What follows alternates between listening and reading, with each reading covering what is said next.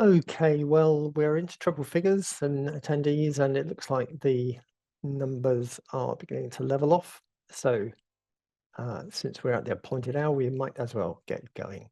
So let's start.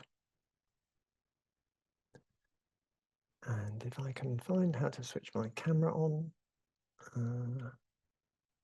there we go.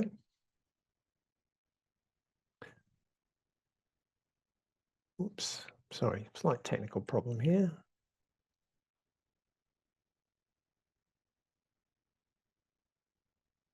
There we go. Hopefully you should be able to see me now. So hello, welcome to everybody.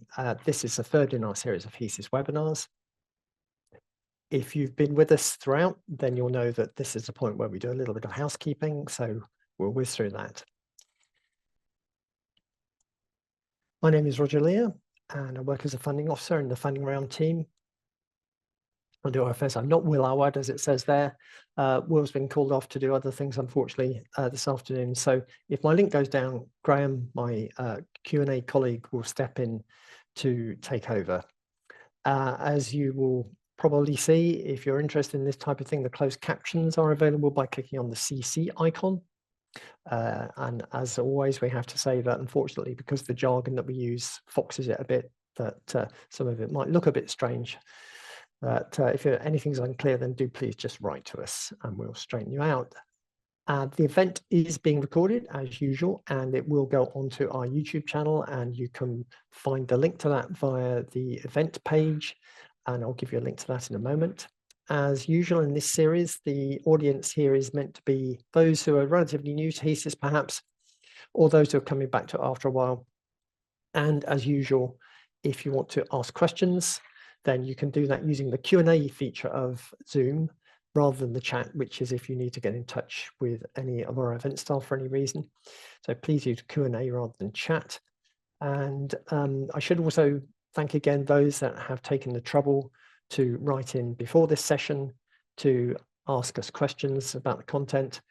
We will be working those in to the Q&A parts that we do. But as always, if anything's unclear, or you think we've got hold of the wrong end of the stick in any way, then do please get in touch with us offline, and we'll take it up with you and get it straight for you. Feedback will be something we look for those that have agreed to receive a feedback form. At the end of all of these sessions, at the end of this week, we will be sending a feedback form out, but you can always email us if you wish at any point. And I'll show you that address in a moment. Just to recap again, this is the third in the series of 4 sessions on HESES24. We've got one more on Thursday in a couple of days' times. The recordings and the sign-ups for the sign-up for the final one on Thursday is on officeforstudents.org.uk/events, and you can find all the details there. As usual, we're publishing various supporting materials for HESES. The recording of this event will be on that webpage that I've just mentioned, together with the slides. And then, as you probably know, the best place to look for HESES resources is officeforstudents.org.uk/HESES, HESES. Then under the supporting documents heading, you'll find model HESES workbooks and how to complete the HESES24 workbook publication. That's actually still being worked on, and it will be published at some point soon. Certainly by the time that the workbooks themselves are released, which is well into October. I can also, although you can find it from the HESES page, which I've just mentioned, the main guidance document, which we refer to a lot in these sessions, you can get there directly from this address, officeforstudents.org.uk/HESES24. And we talk about that a lot. Equally, for those just wanting to sort of have a bird's eye view, there's the Guide to Funding publication, which we mentioned in some of our earlier sessions. And always, I take the opportunity to plug our email alert service, officeforstudents.org.uk/sign up for email alerts, because you get lots of good stuff, not only about funding, but also about other things that the OFS are doing. So I think that's most of our housekeeping. So let's consider what we're going to be looking at today. We're going to talk about how to count years of engagement. We've looked at the overall view of funding by the OFS and HESES in particular, and how it fits in the funding cycle. We talked last time about classifying your students. Today, we're going to talk primarily about how to count them. And we're then going to go on and spend a little bit of time looking at the healthcare tables. These additional tables are only relevant to certain providers as they relate to specific pre-registration healthcare courses. And lastly, we'll also talk a little bit about submitting data on higher courses which lead to higher technical qualifications, HTQs. This is important because that data will inform our calculations for the funding that we've got to support the provision of HTQs. So let's start on that list and talk about counting student years of activity, or to use the jargon from previous webinars, years of engagement. So as we said last time, the unit of measure for HESES is years of engagement. So let's remind ourselves of the definitions.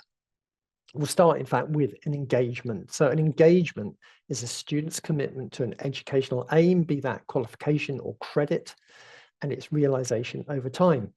It will have one or more, therefore, years of engagement. And these are actually defined slightly differently depending on the type of provider that you're at. So for further education and sixth form colleges and academies, which we tend to abbreviate to FECs, this is done in reference to the anniversary of the student's start date. Now, this corresponds with the term years of instance in the individualized learner record that is submitted to the Education and Skills Funding Agency, the ESFA. And if you completed HESES before 2023-24, you may recognize that term, or some of your colleagues might as well, if you go back and you see it in old documentation. For everybody else, other providers, an engagement is defined in a similar way. The it's defined in terms of the student record, which is what goes to the designated data body, ESA as was, now JISC. And this means that providers will usually base their years of engagement on the latest student course session. Not so easy to say, that starts in the 2024-25 academic year. So let's look at both of these groups. So we'll start with providers who return data to the ILR, that is to say the FECs, the further education, the sixth form colleges and academies. And as with all numbers recorded in HESES, we record students on courses that meet our definition of recognised higher education for funding purposes. Now, we talked about that last week.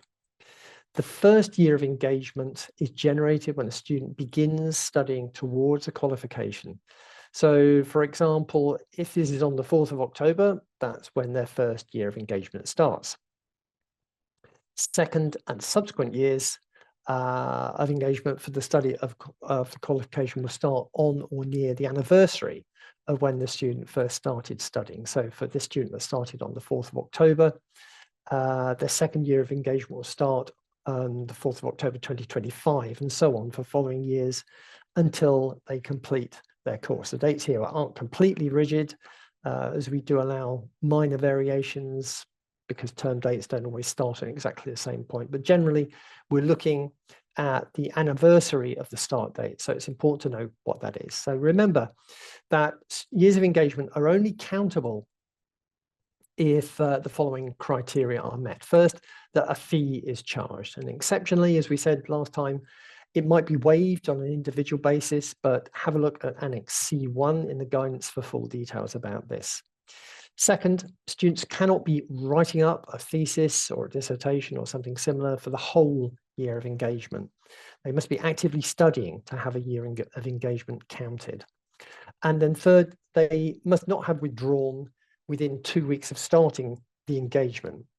And when we say withdrawn, we mean that, you know, they've left entirely. It's not a question of suspending with the prospect of returning. I mentioned a moment ago Annex C1. Annex C, there are two versions of it, one for further education colleges and one for everybody else. So Annex C1 is the one we're focusing on this slide. Okay, let's stay with FECs then for the moment. So to ensure that we're recording years of engagement correctly in HESES, the key is to remember that the academic year that a year of engagement starts in determines which HESES survey it's counted in. So to show this, we'll fill in this diagram to represent the study activity of two students, one on the bottom row in yellow and the other on the top row in light blue. Now, the first of these is following the more common autumn-spring schedule. The latter perhaps is doing something like January to December or something similar. And for them, you can see that their studies overlap academic years, and we'll come back to this idea in a moment. However, both students started their courses in the 2023-24 academic year and are continuing on to their second years in the 2024-25 academic year. So the question is, what gets recorded where? Well, the first student's year of engagement started in 23-24, so it would have been recorded in HESES23. The second student's first year of engagement also begins in 23-24, so it too was recorded in HESES23. Even though some of the activity for the student occurs in the 24-25 academic year, it's not split in any way. All of the activity for it will have been recorded in HESES23. In the following year, the same occurs again. Both years of engagement begin in the 2024-25 academic year. So again, both the first student's second year of engagement and the second student's second year of engagement are recorded in their entirety in HESES24. Now, for all other providers, those that are returning their individualized data to the designated data body, the student record, we will still count years of engagement. These are determined, though, in a slightly different way. As with further education colleges, for students studying on courses that meet our definition of recognized higher education for funding purposes, their study will have one or more years of engagement in the engagement with the provider. So the latest student course session, and you'll hear me say SCS a lot instead of student course session, the latest student course session which starts or is predicted to start in the 24-25 academic year should be used to determine the year of engagement for HESES. So for example, if a student begins a student course session on the 4th of October, that would be the start of their year of engagement.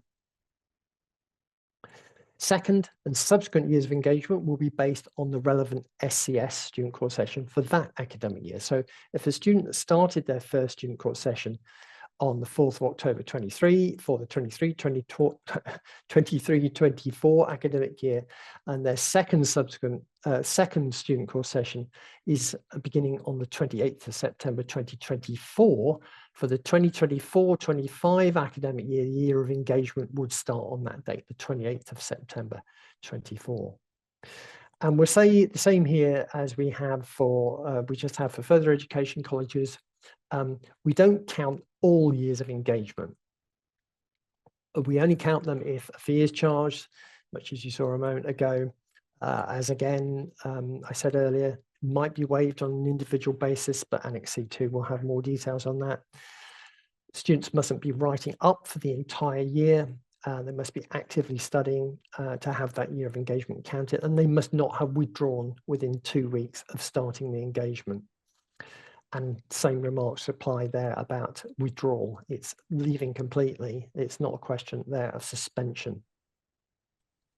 So to reiterate, for all other non-FEC providers, we're using the concept of student course sessions to determine years of engagement. For each engagement, only one student course session should be used to determine the year of engagement. So let's look at this diagram and see how that works. The student's first SCS will begin when they begin their study activity, represented here by SCSA. The student will then continue studying for the subsequent 3 years, if that's what it is, with each year generating a new student course session, and so on. That's all nice and simple, much as it was before. The student has a single student course session per year, and so that's what's used. However, let's say that the student decides to change course. This is where things become a little different. So the student has decided to change course and is now, perhaps they were studying physics and they now want to study maths. And under the student record specification, if the student decides to join the cohort which began studying in September, then no new student course session will be generated, in which case the same SCS, SCSA should be counted, just to make, but just make sure here that if this kind of thing happens, that you've got the correct course information to record. So I'm thinking here of things like a change in price group, which I think would be the case from physics to maths. However, if the student decides to start the course from scratch and joins a cohort that's starting in January, then SCS-A would end and a new student course session, SCS-C, would begin. And this is because the student has changed cohorts. Again, this is based on the student record specification. And in this circumstance, the provider should disregard the activity in SCS-A and base the year of engagement off SCS-C, as it is the latest student course session in the 2024-25 academic year. The student would then continue a normal pattern of study and carry that through in subsequent years. So we'll return to this diagram in a little while to discuss how this will impact which column and table in the HESES workbook is used to record this type of student in. So now everybody's back together now, both FECs and other providers, and this is for everybody now. When we count years of engagement, the first thing we need to do is to identify which of these two things, column 1 or column 2, they are used in the HESES workbook. So to remind you about what we covered in the previous webinar, which you can watch the recording of if you need to, we learned how to categorize our students based on the definitions in the HESES guidance. And in the first instance, we're able to categorize students by their mode of study. So whether that means whether a student is studying full-time, they're sandwich year out, or part-time. So we're showing table 1 here, which records full-time years of engagements. And within each mode, we categorize students further. Firstly, by considering which of the 6 price groups they fit into. Now, you remember that these are determined either by virtue of them being what we call a specific case, or according to HECOS codes. So the price groups are there on the left, and then next to them, you will see length. Standard or long, determined by how long the year of study is. If it's 45 weeks or more, it's long, otherwise it's standard. And then we've got level next to that. And this is broadly undergraduate and postgraduate, but within undergraduate, we've got the split between level 4 and 5. Another postgraduate taught is split between 3 things. As you can see there, undergraduate fee, master's loan, and other. And we've also got postgraduate research in there. Lastly, we looked at fundability status. So this is where we split out the home fee students, within which we also have OFS fundable and non-fundable, and all of those distinct from overseas students. So once we have these categories identified for a year of engagement, we can start to look at the columns within the sheet. So when I say column, these groupings that you can see here, we'll be looking at those in terms of where you record a year of engagement. Is it column 1 or column 2? And you can see here that they're in orange, sort of orange pinky color on this screenshot. With the information in columns 1 and 2, the workbook will automatically calculate what it's got there, the estimated completed years in column 1 plus 2, which is then actually going to feed in as one of the main sources into the calculations we make for our funding allocations. Okay, what goes in column 1 and 2 in the screenshot of table 1 you saw a few moments ago? Well, we decide by considering the start date in terms of the census date. Okay, the census date differs depending on the type of provider involved. So for further education colleges, it's the 1st of November, and for everybody else, it's the 1st of December. The reasons for this are partly historical, but it's also to do with the differing dates of when the individualized data returns are due, be that the ILR or the designated data body's student record return. In any event, to determine whether a year of engagement is recorded in column 1 or 2, you need to consider whether it begins before or after the census date for the type of provider that you are. So on the screen, we have a year of engagement here that starts before the census date, so that would be recorded in column 1. If the year of engagement starts or is predicted to start after the census date like this one, it will be recorded as a forecast in column 2. So essentially, we have a split between these two groups, those that have begun their year of engagement in the current academic year and by or on the census date, and those that we're forecasting to start in the remainder of the academic year in column 2. And you will very often get this. You know, a lot of people have cohorts starting in January or April. We'll go back to table 1 in a moment just to look at this. But a final point here, if a student has withdrawn before the census date, they shouldn't be returned in HESES unless they completed all the expected activity for that year of engagement. So, for example, if they studied for a number of weeks at a college but withdrew before the census date, they shouldn't be counted in HESES. This is only if they've withdrawn entirely from their studies and they're not, as I mentioned before, if they're not just suspending them with the expectation of returning at a later date. So in this simple example here, I'm just going to show you what this looks like. I'm using table 1 here, but you will see the same structure on all the tables throughout the whole HESES work. In this example, as most providers will, we've got students starting their years of engagement between the 1st of August and the census date. So these are all recorded under column 1. We use different rows according to the price groups and other classifications that we talked about that they fall under. And you'll remember we talked about that extensively in our last session. We also will have perhaps some students that are projected to start after the census date, and these are recorded in the appropriate rows of column 2. Okay, so now there's a danger that you need to be aware of. In order to recognize this, we need to lay out some ideas about the concept of what we call standard and non-standard years of engagement. Now, you won't find this terminology in the workbook, but it's a useful way to think about years of engagement to ensure that we're returning them correctly. So for us, a standard year, as we call it, is one where all of the activity of a year of engagement is contained within a single academic year, by which we mean the period between the 1st of August and the following 31st of July. So on the screen is an example of this. Box A shows activity in 2024-25 for this year that started on or after the 1st of August and will be completed before the 1st of August 2025. And the following year is a standard year 2, as seen in box B here, as again, all the activity for that year of engagement is contained within one academic year. So standard years are likely to be the pattern for the majority of students, most starting September or October and taking end of year exams perhaps towards June. So it's likely that most people will have most students recorded in column 1.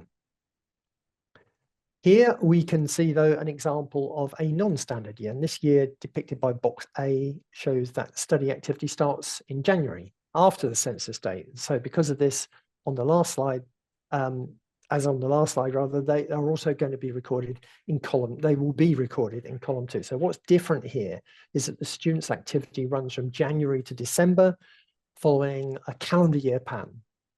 Just an example, it could equally be April to March or something like that. But the important point here is that their study activity spans 2 academic years. This is what we call a non-standard year.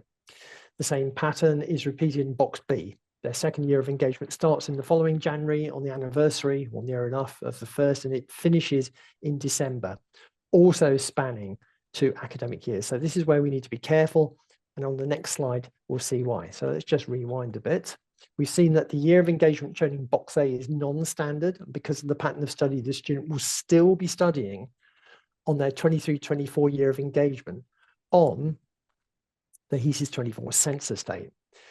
What we want to avoid is recording the year of engagement in box A in HESES24. And this is because in HESES24, we're only recording those years that start in 2024-25 academic year. So for HESES24, only the blue-green box here, box B, is going to be recorded. Year of engagement B contains student activity starting in January 25, which runs to December 25, and this is the year of engagement starting 24-25 in the 24-25 academic year, and so it goes into HESES24. Box A would have been recorded in HESES23 in the previous year, as that year of engagement started in the academic year 23-24. Ultimately, the point here is that we're trying to make sure that you are clear about which years of engagement belong with which HESES return. So a query which may arise is, can students change column? Generally, students will remain in the column that they begin their studies in. So if a student starts studying in September, we would normally expect them to continue to be recorded in column 1 in subsequent years. But for those returning data to the designated data body via the student record, it is possible for a student to change columns. For those at further education or sixth form colleges and academies, please bear with us for a few minutes while we just talk this through. So let's return to the diagram that we had earlier. If a student begins studying in September and they're on something like BSc in Maths and they follow a normal course structure, as you can see here, you've got SCS-A, SCS-B, and they would be recorded in column 1. If the student began a course in January 2025 and continued on the normal pattern, you see here student course sessions C and D, they would be recorded in column 2 for all of those. However, if a student began studying one course in student course session A and then changed courses, beginning a new course and joining a new cohort, they would move to student course session C, as we talked about earlier. In this case, the student would be recorded in column 2 because SCSC would be the latest SCS starting in the academic year and therefore the one used to determine years of engagement. A similar situation would also occur if a student began their course in October 23, suspended their studies in January 24, and then began again in January 25. And that would be in the remit of HESES24, and they'd be recorded in column 2, because that is when the relevant student course session began. So if you're not clear about any of this, have a look at the guidance, Annex C2, or give us a shout, and we will try and help you through that one. We'll take a break for questions in a moment, but first I just want to reiterate that although we've been looking at table 1 for full-time students in these examples, it's the same for tables 2 and 3 for sandwich year out and part-time students respectively. I'm showing table 3 here as an example. And at this point, we will have filled in columns 1 and 2 with the correct years of engagement, identifying which column they belong to by using their start date vis-a-vis the census date. And in the same way as table 1, table 3 has the column 1 plus 2, which will display a count of the total number of years of engagement recorded. You'll also see the column 1 and 2 split on all the other tables where you enter your counts of years of engagement, such as tables 4 and 5. And we'll see it again shortly when we look at the health tables, 6A and 6C. So I think that's a pretty big chunk to take to start with. So let's have a break for questions and answers. I can see that we've had quite a few come in. So I'm going to ask Graham if he's there to talk us through those, please. Indeed. Just waiting for my video to turn on there. We have had a few. We had quite a few questions submitted ahead of the webinar. So hopefully some of these have already been covered in the opening section. This includes information about how to count years of engagement, what happens if there's non-conventional years, and how to count students.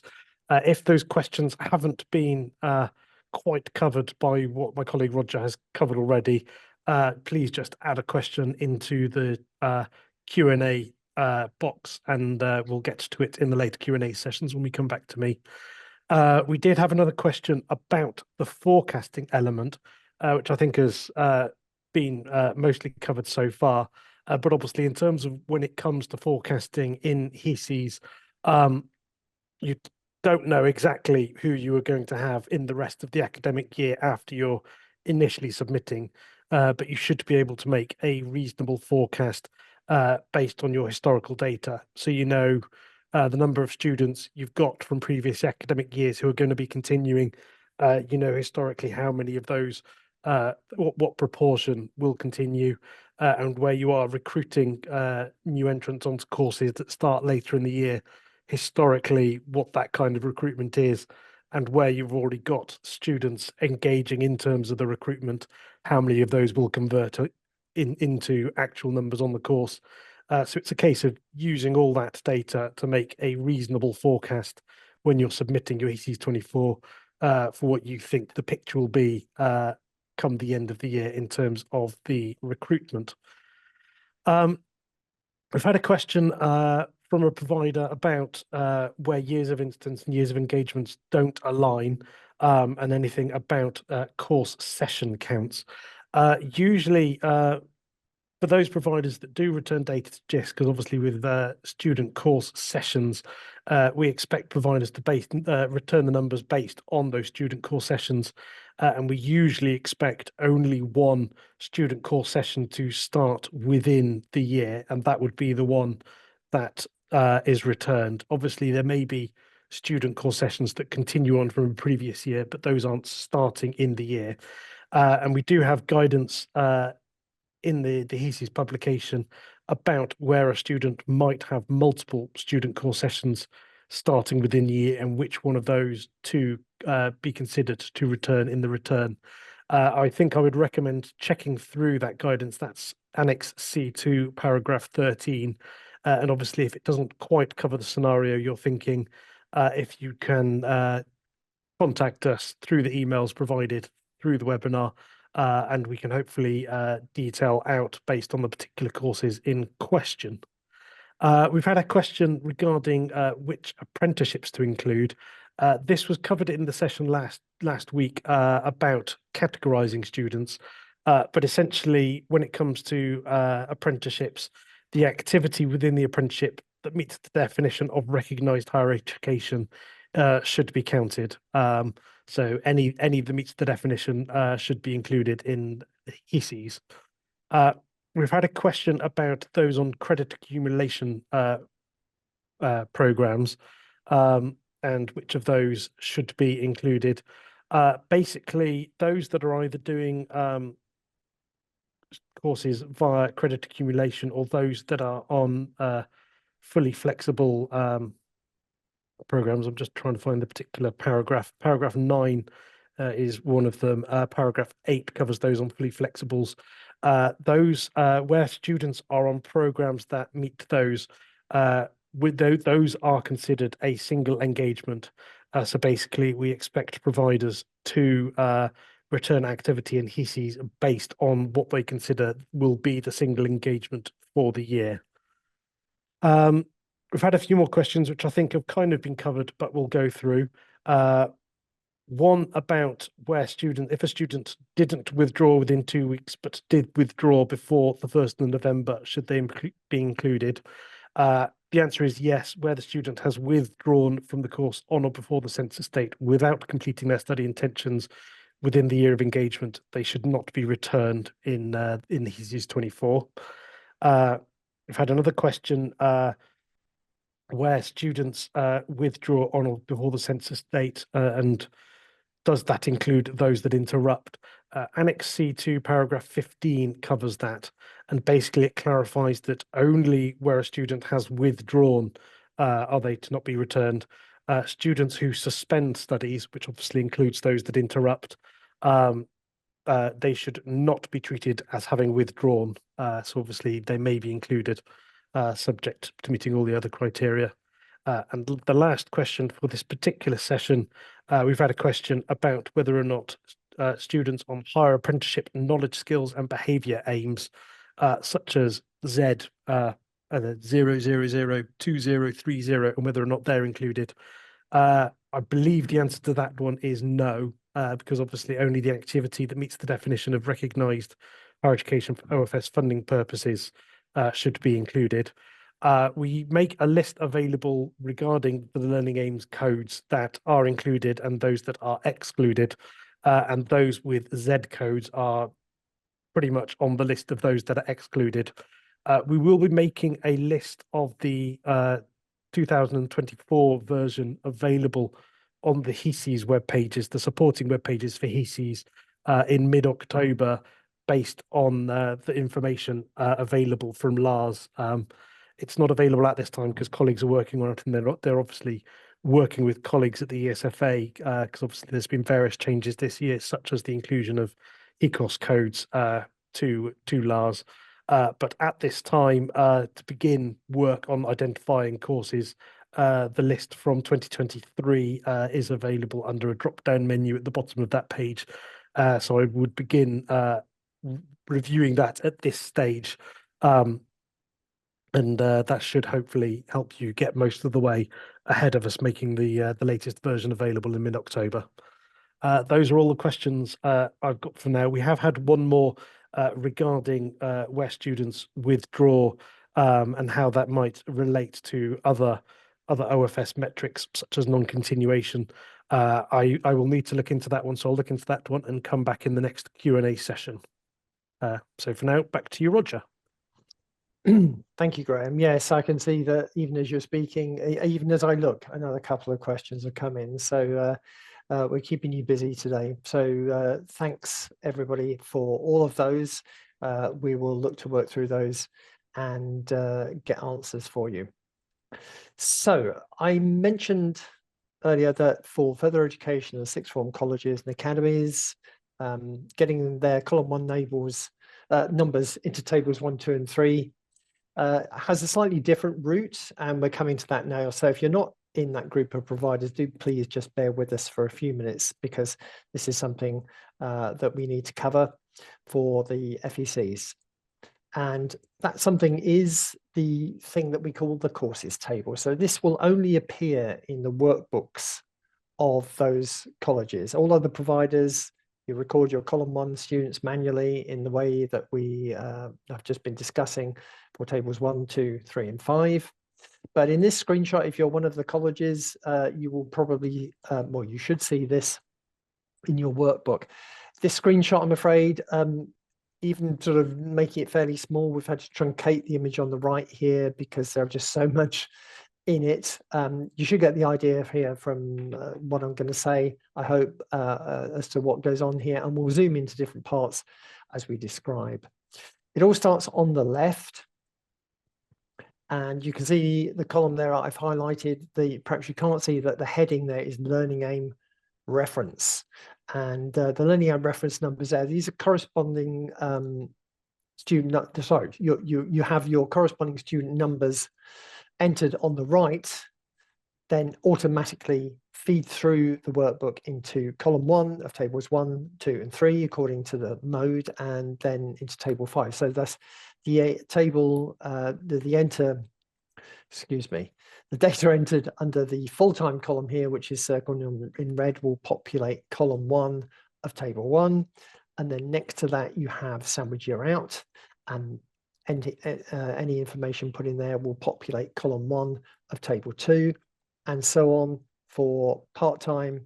That information that you enter there will go into column 1 of table 3. And in all cases, that will get aggregated and put into the appropriate place in table 5. Because all this is done automatically, you'll see that on each of these tables in column 1, you won't actually be able to enter data yourself, because it all comes from the courses table.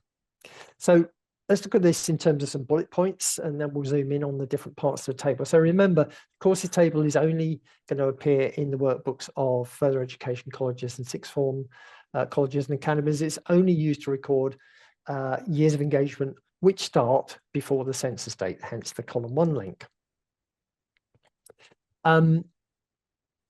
Data input on these tables feeds through, as I just said, to column 1 of tables 1, 2, 3, and 5. But any years of engagement that start after that, in column 2, because they start after the census date, you'd have to put in for yourselves.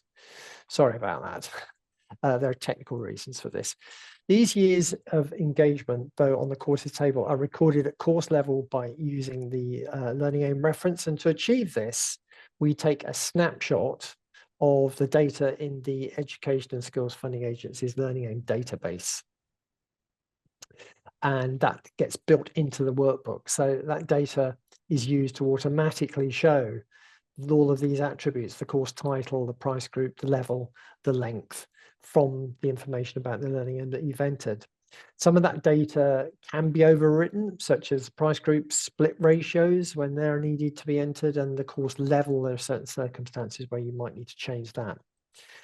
If you don't have a learning aim reference for a course that you're teaching, you need to get one from the ESFA as soon as you can, and you need to tell us as well when you get your HESES workbook, so that we can do whatever's necessary to check out what's happening. If there's any incorrect information when you enter a learning aim and you find that the information that it pulls up isn't right, then also please let us know. HESES@officeofstudents.org.uk is the address to use. Let's have a look briefly then, zooming in as I have here on the left-hand side of the courses table to make a few points about it. So here you can see the column headed Learning Aim Reference. So as I say, you're going to have a specific one for each course. And you use one, and whether you've got full-time sandwich year out or part-time students, and you'll see in a moment, they all get recorded on the same row. There are actually occasions where you might need to use the same learning reference more than once, but there are limits to what you can do with that. So if in doubt, do please let us know. And in fact, I think you'd probably get a credibility check in the workbook if you tried that. The price groups that you can see circled here are defined by that lookup of the learning aim reference, which I mentioned a moment ago. But when you have multiple price groups in the way that we talked about with price group splits last time, then although you might find that the split comes up, it might be that the way that you teach a particular course, you might have elective modules, and it might not exactly match. So if the way, for example, very often this will come up, that certain colleges will teach things in a way that rather than having a, say, a 50-50 split like we've got here, because of the modules that are taught, it's 100% and 0%. Now, it's okay to enter that. You will, by virtue of having the 0 in there, get a credibility check on your workbook. So don't sort of get around that by entering 99 and 1. Just accurately enter the level of activity being taught at your college in each price group as accurately as you can to the nearest whole percentage point. And then, as I said, I think last time, the thing about price group splits is that they should reflect the split in activity between the subjects over the course as a whole, rather than any particular year. So you can go back and review what we said about that in the last webinar. Level and length are automatically completed, but as I say, there are circumstances, won't go into it in too much detail here, where they can be overwritten if necessary. So looking at the right-hand side more closely, we can see this. There are separate columns, as I said, in the table for each mode, full-time, part-time, sandwich year out. Using full-time as an example, there are columns that are separating those who have home fee status from overseas status. And within home fee, we've got fundability status showing OFS fundable and non-fundable. And within each of those, domicile is shown UK domicile or other. All of these topics we went into in some detail in the last webinar. Note that there's a column on the extreme right there for when we may have to issue what we call a temporary learning aim. It's unusual if that has to happen, but if it is, we'll ask you to put something in there just so as to record that fact. Remember, again, that the courses table is only for years of entrance that start before or on the census date, which for further education colleges is the 1st of November. So they're all going to be column 1 figures that go in here. And as we've talked about, these get propagated through into the other tables in the workbook. And you'll have to do it yourself for anything which goes into column 2 on those tables. Okay. Something else here which we just need to touch on, the final thing to note for the courses table. When a student progresses directly from one course to another at the same broad level, by which meaning, for example, undergraduate level or postgraduate taught, we would consider this to be a single engagement for HESES purposes. This is the kind of typical top-up scenario that you might get. So, for example, going straight from a foundation course, foundation degree to a top-up for a bachelor's degree, or similarly from an HNC, a high national certificate, followed by a year going to a higher national diploma. So here students are progressing, but staying at the same broad level, which in this case is both of these cases is undergraduate. We consider this to be a single engagement with the provider. Occasionally, the top-up element may overlap with the year of engagement of the lower level element. And unfortunately, the courses table can't handle this because we see this as a single engagement. We don't want this to be being recorded on two separate rows, two separate years of engagement in HESES. So in this case, you should enter students against the higher learning aim. And again, if that's not clear, we'll be happy to take your questions about that, because it can get a little confusing. So again, I think it's probably a good point again here just to break for Q&A with Graham, because I know we had others arriving as we spoke, and there might be more about the courses table as well. So Graham, I'm going to hand back to you temporarily. Hello again. We have had a few more questions. I clicked, but it didn't quite activate the video.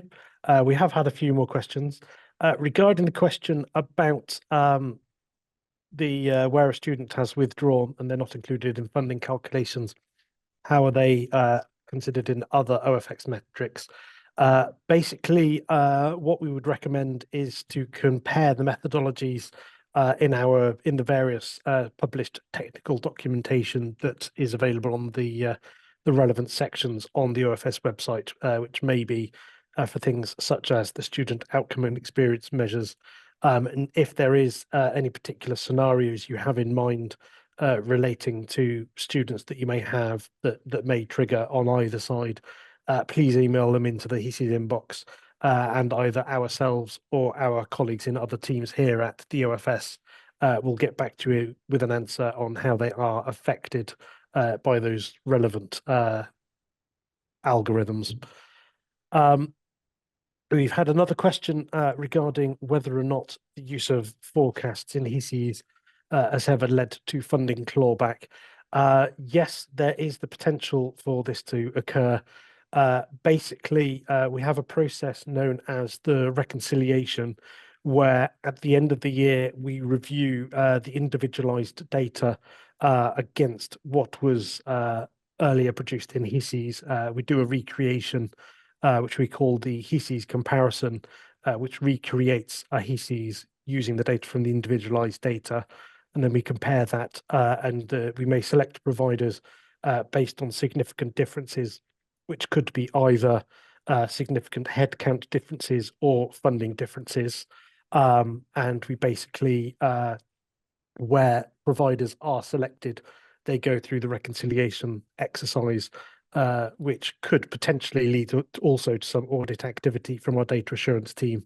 And at the end of the process, where providers have been through that, we will then seek to implement any funding implications that arise at the end of that process, where we are assured of what's come out of that process.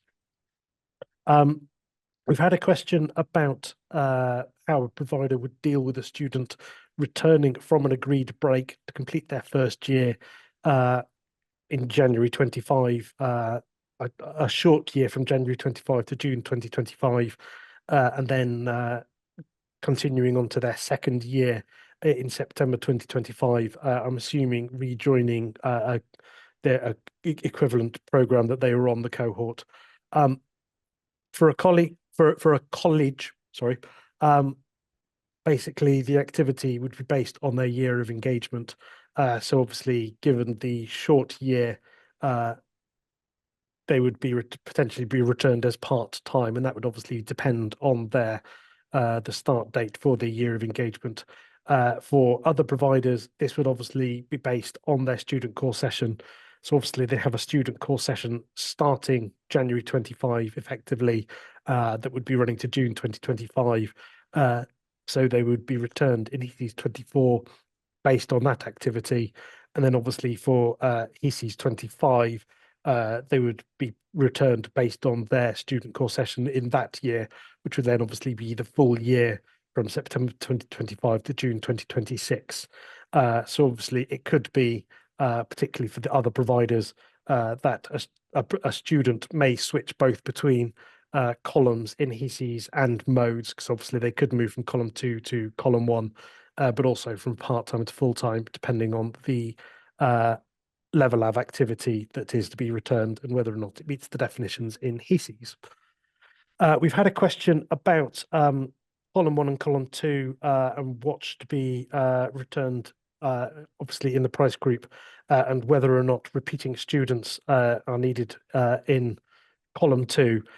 Basically, the activity for all years of engagement that starts within the year should be. This means that where students are beginning a new year within this academic year, so therefore starting a new student core session, those numbers are included. So where students were undertaking year 1 of a course last year, and later this year will progress on and begin year 2, those numbers should be included, and obviously based on the activity of the student core session that is starting there. We've had another question about suspended students, and where if a student interrupts their program on the 31st of July after completing their first year of their program, are they included? That one would obviously be yes, because they have completed their study intentions for the year, so they would be included in HESES24. But obviously, whether or not those students are included in HESES25 or later returns would depend on when that student would be returning from that interruption. And obviously, again, as per the answers covered so far and the other information Roger has shared, that would, how they are returned in whatever HESES they would come back in would be based on when they come back in the activity. And finally, the last question for this particular session, basically a question about where to find the price groups on LARS. Price groups aren't shown directly on LARS or FALAR, but obviously the LDCS or the HECOS codes are shown on there. And you can map those using the guidance that the OFS has made available, both in the latest HESES, but also in earlier ones. And you can translate those to the price groups that we will be using in the return. And for those that are column 1 students, how we will be aligning those to the price groups as they come out of the courses table. So if you have any questions about where you review those, if you think that the price groups that you are identifying based on the LDCS or HECOS codes don't align, we do have guidance within Annex B, which sets out the process, but basically contact us and let us know, and we can help to talk you through what you need to do where you think the codes may need changing or the price groups are incorrect. That'll be it for this particular session, but I'll be back later with more questions to answer. Okay, thank you, Graham. Yes, I can still see still more. So that will be something for us to look forward to. So we've reached this point now where we're all back together again, having just had that short excursion around the courses table for our colleagues at further education colleges. So from here on in, this is for everybody. So let's move on and consider what we call the healthcare tables. These are tables 6A and 6C, and they record, we use these to record information about students that are on certain healthcare courses. I should say, if anybody's curious, that there used to be a table 6B for sandwich year out health courses, but it was removed because we don't think that there are any of those. If you do know differently, then please let us know. But we thought it best, rather than shove everything up so that we've got no gaps, we thought it better just to stick with 6A and 6C rather than confuse things. So what are they used for? Well, they're there, as I say, to allow providers to record years of engagement in courses which on successful completion lead to first registration as a professional in certain nursing, midwifery and other certain allied health professions. So NMAH, you will sometimes see these referred to as NMAR courses. The list of these professions can be found on table 6 in the workbook or in the HESES guidance in Annex J. The tables and that list don't record all of the healthcare professions. So for example, students training to be paramedics are not part of that list, or nursing associates are not included in that table. Now, like tables 1 and 3, these tables, you're either in one or the other, and separate excuse me, these tables are mutually exclusive and separate the years of engagement by mode. So 6A is full-time, 6C is part-time. 6B, as I say, an anachronism now, but all students in these tables should have been recorded in the corresponding table 1 or 3. So, for example, everybody on 6A should already have been recorded in table 1, 6C in table 3. We need these numbers to be recorded because the information needs to be broken down in different ways by profession, level, fundability status. Well, level is taken care of, but we also need to know what we call starters in these for various reasons. So let's have a look at what's recorded. To be recorded on table 6, 6A or 6C, a student needs to meet the following requirements. They must be home fee students. They must be studying on one of the specific pre-registration courses, that is, on courses that are approved by one of these 3 regulatory bodies. To be the Nursing and Midwifery Council, the Health and Care Professions Council, and the General Dental Council. If you consult the guidance in Annex J, that's the best way to identify which of these courses goes in Table 6. The guidance provides links to each of those councils' websites and will tell you how to search for the courses that come under this category of pre-registration, the definition that's used for Table 6. So it's important to note here as well that pre-registration, inverted commas, is an attribute of the course, not of the individual student. So if a pre-registration course leads to a first registration for that specific profession, the student is recorded in 6A and 6C accordingly. Moving on to the structure of each table, we can see a partial screenshot of table 6A here. Structure is like the other tables we've seen before, with the students being recorded in either column 1 or column 2 according to the start date of the year of engagement. And although to save space here, I'm not showing it. Off to the right, you will also see a column 1+2, whose contents are calculated automatically, as we've seen in the other places. 1 second, let's see. Yes.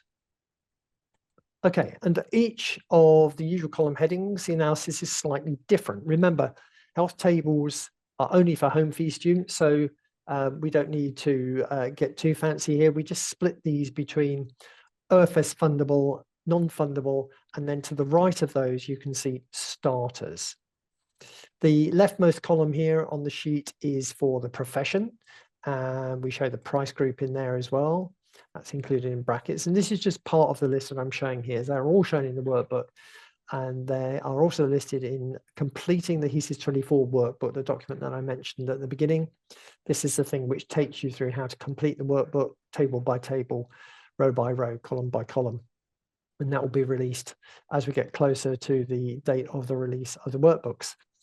So all professions are separated out so that they can be completed individually. And as the table is quite large, we've got filtering in the workbook to allow for easier navigation of those tables. And that's useful if you've only got 1 or 2 providers and they happen to be at the top and the bottom of the list. So that's handy. We also have length and level columns as before, and the definitions for these remain the same here as they were in the earlier tables, but we don't group them in quite the same way. Here we only have all undergraduate and PGT UG fee, undergraduate fee. So all undergraduate, unlike tables 1, 2, and 3, we don't draw a distinction here on table 6 between level 4 and 5 and other. And in terms of postgraduate, we've only got PGT UG fee, because only this type of course comes into consideration, although there is one exception, and if you're eagle-eyed, you'll spot there. There may be some dental therapy students studying at master's level under the master's loan scheme that get recorded in price group B. So that's should be the only exception you'll see there. And so basically the same principles then get applied across the sheet for each column. So returning to the headings under each of those, we have OFS fundable students in all years, non-fundable students in all years, and then the starters in 2024-25 column, and more about those in a minute. So to record the numbers of one of these professions for students who start their studies before the census date, we use column 1, which you can see here, and others who start after that would go in column 2. In the column labeled A, which you can see there, it's the one on the left of those three in red, we would record all students in all courses that are fundable. Column B there, it's those that are non-fundable, all students in all years. But to the right there, started in 2024-25, this is all students in A and B, and it's a subset of all the fundable and non-fundable students in those columns. So this is only for those who start their pre-registration course in 2024-25, regardless of whether they're fundable or not. Let's say a little bit more about starters. So when you're categorizing students on table 6, it's important to note that starters that we've just talked about are not the same group of students that we talked about last time when we talked about new entrants. We described those going on table 5, although there will be probably quite a bit of overlap. Starters in table 6 are students starting or who started study for the first time in an eligible pre-reg course. But you'll need to identify these separately to record these in table 6. So there might also, it's probably worth mentioning here, there might be some complications involving students that repeat a year, who possibly occasionally we get students who transfer between different professions if they're both in that list. So Annex J is the place to go to for guidance on that. So once more, time to see if Graham has got more questions for us. So Graham, back to you again. We have had a couple more questions. Oh, the video's being a bit slow again. First, a minor correction to the question I asked previously about a student interrupting. I hadn't picked up that the question asked related to a student interrupting on the 31st of July 2024. So obviously that would have been a student that would have interrupted at the end of last year, basically. So not the current academic year that we are in now.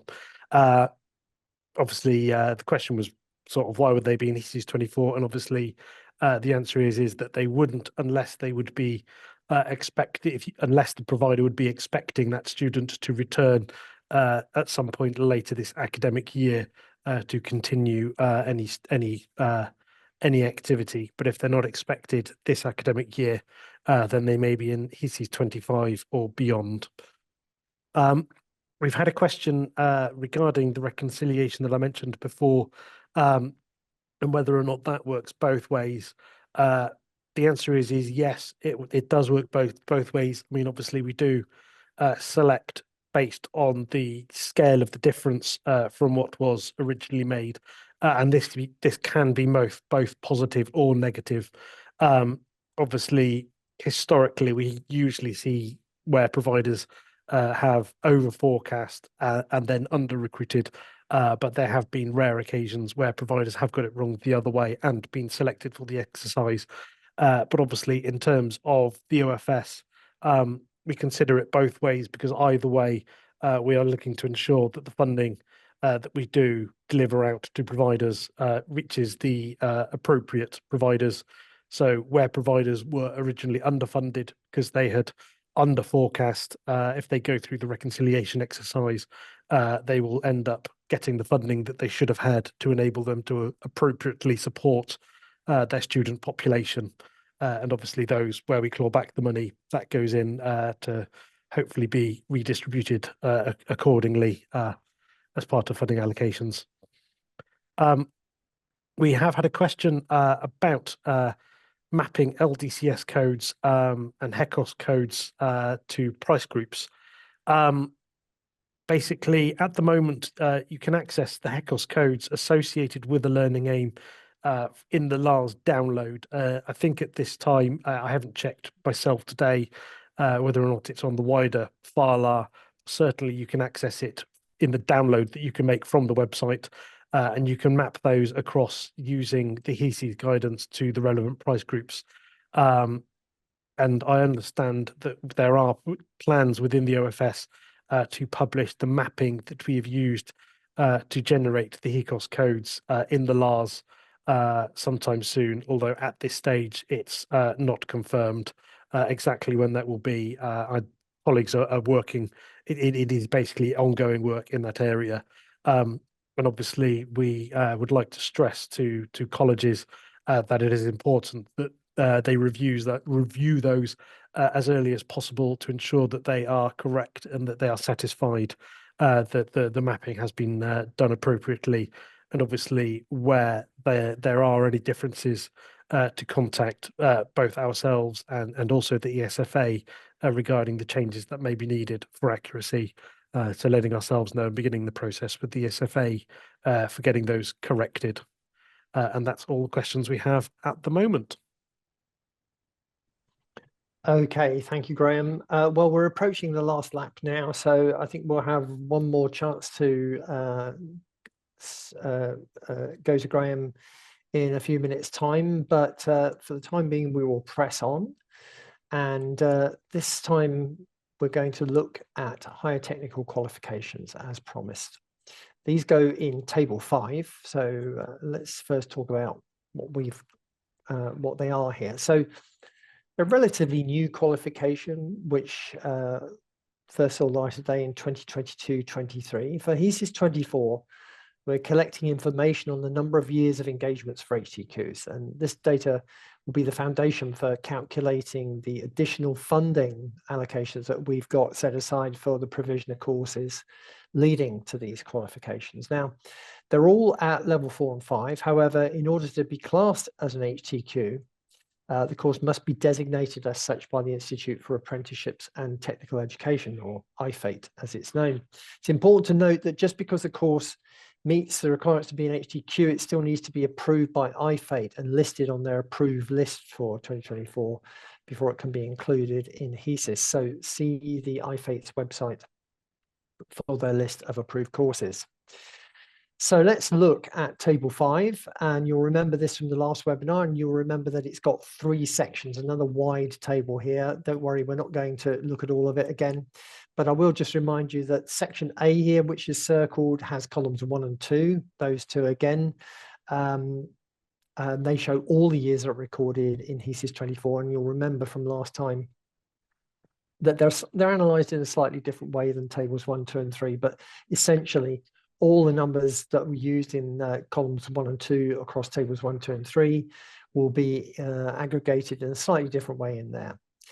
Section B, this part here, whoops, sorry, one click ahead. Section B collects a count of new entrants. I just mentioned those a few minutes ago. New entrants are specific category of students we talked about last time. So it's worth double checking the guidance in Annex C as to the specific criteria about those. Not every student being a new course will be classified on a new course, will be classified as a new entrant, but I won't go into that again here. Section C is what we want to focus on today. Section C is where a count of HTQs will be recorded. So both, you can see from this that both section B and C are subsets, subcategories of section A. So they're not necessarily mutually exclusive. This means that theoretically you could have a student being counted in all 3 sections. As an aside, while we're looking at table 5, as I noted earlier, it's worth reminding ourselves that new entrants are different from the starters that we just talked about in 6A or 6C, although as I said just now, there's likely to be some overlap. So if we zoom in on section C, we can see that most of the cells in it are grey. This means you can't enter data into them. They're grey because all of those rows are for level 6 courses and above. All HTQs should be recorded as level 4 and 5 courses. And now you should record all eligible HTQ years of engagement here. It's important to note, as I said, that for HTQ to be recorded, it still needs to meet the definition of recognition, of recognised higher education for OFS funding purposes. That was Annex B, you may remember. Once again, of course, being an HTQ doesn't necessarily mean it's going to be included in HESES. And finally, just to cover all the angles here and to make sure that there's no misunderstanding, while all eligible HTQs should be recorded as level 4 and 5, not all level 4 and 5 qualifications are HTQs, and only those recorded, as I said, on the IFATE list of approved courses should be recorded in section C. So I hope that's fairly straightforward. Right, last chance to pick Graham's brains. Graham, have we had anything further in the Q&A that you'd like to tell us about? I'm going to speak a little bit slow, just in case anything pops up, but at the moment we have not had any additional questions since the last session.